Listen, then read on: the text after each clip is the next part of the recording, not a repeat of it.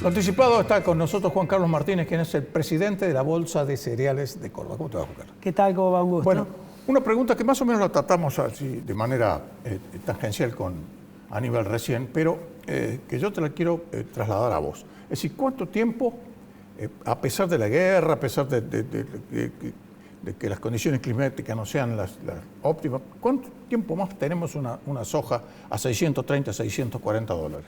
A ver, el precio de la soja claramente está haciendo un valor muy alto, producto fundamentalmente de los efectos de la guerra, ¿no? Pero también hay un problema de oferta y de demanda. Pero también hay un problema de inflación en dólares, de toda la producción. Es decir, hoy parece un precio récord, pero cuando uno lo deflacta en función de la inflación... Estados Unidos, excepcionalmente, están teniendo el 8%. 8,5. Claro, 8,5. Si uno deflacta, no es el precio más alto de la historia, claro, y está fuertemente impactado por el efecto de la guerra entre Rusia y Ucrania.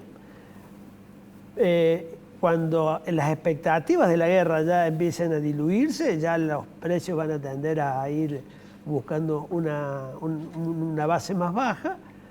Es muy difícil de predecir cuál puede ser ese nivel, pero probablemente entre un 15 y un 20% estemos.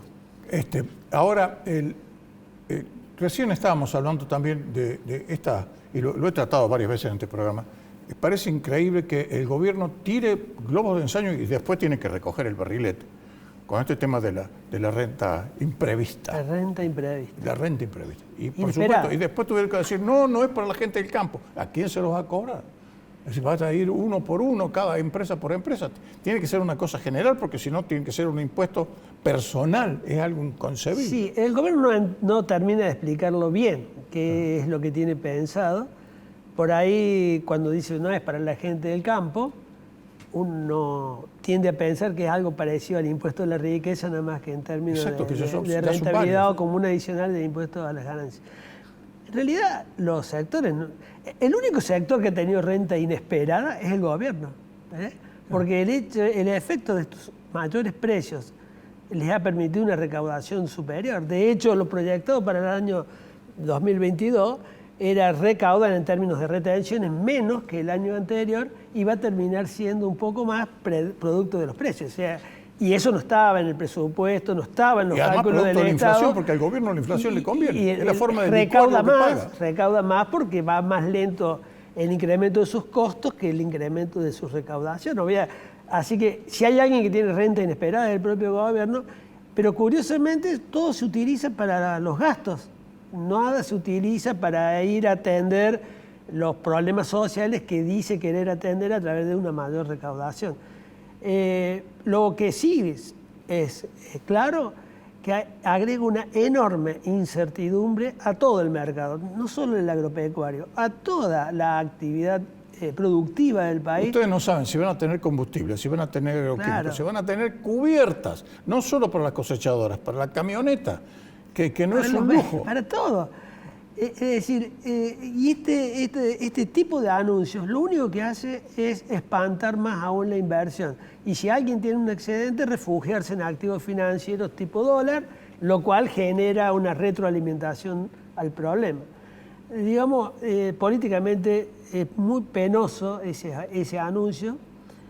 Y bueno, el gobierno tiene que estar amoldando permanentemente su discurso para ver qué es lo que quiso decirse cuando se habló de renta inesperada.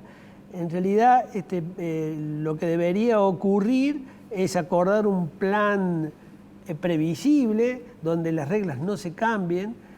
Hoy el productor agropecuario siembra y no sabe con qué costo se va a encontrar. Van a sembrar, esa es la pregunta, porque estuve en una caso reunión del trigo, ayer precisamente, en una reunión. No sé si seguir aumentando con el tema de la ganadería, no sé, dice, porque no sé si me van a dejar exportar. Si voy con calidad, tampoco. Pero tampoco sé si tengo que plantar trigo o no tengo que plantar. ¿O qué voy a plantar? Colza, voy a plantar arvejas, ¿no saben? Sí, hay una enorme incertidumbre en el sector productivo. El productor, por ejemplo, en el tema de trigo, hoy tiene una retención con la cual hoy la ecuación económica del trigo no da. No da, efectivamente. No da. ¿Por qué? A pesar del precio histórico Exacto, que tiene, pero sus costos también se han incrementado notoriamente, porque no se puede hacer trigo si no se fertiliza adecuadamente, y el precio internacional de los fertilizantes, y esto tiene un gran componente importado, han crecido más del 50% en términos de dólares. Así que los retira de la ecuación.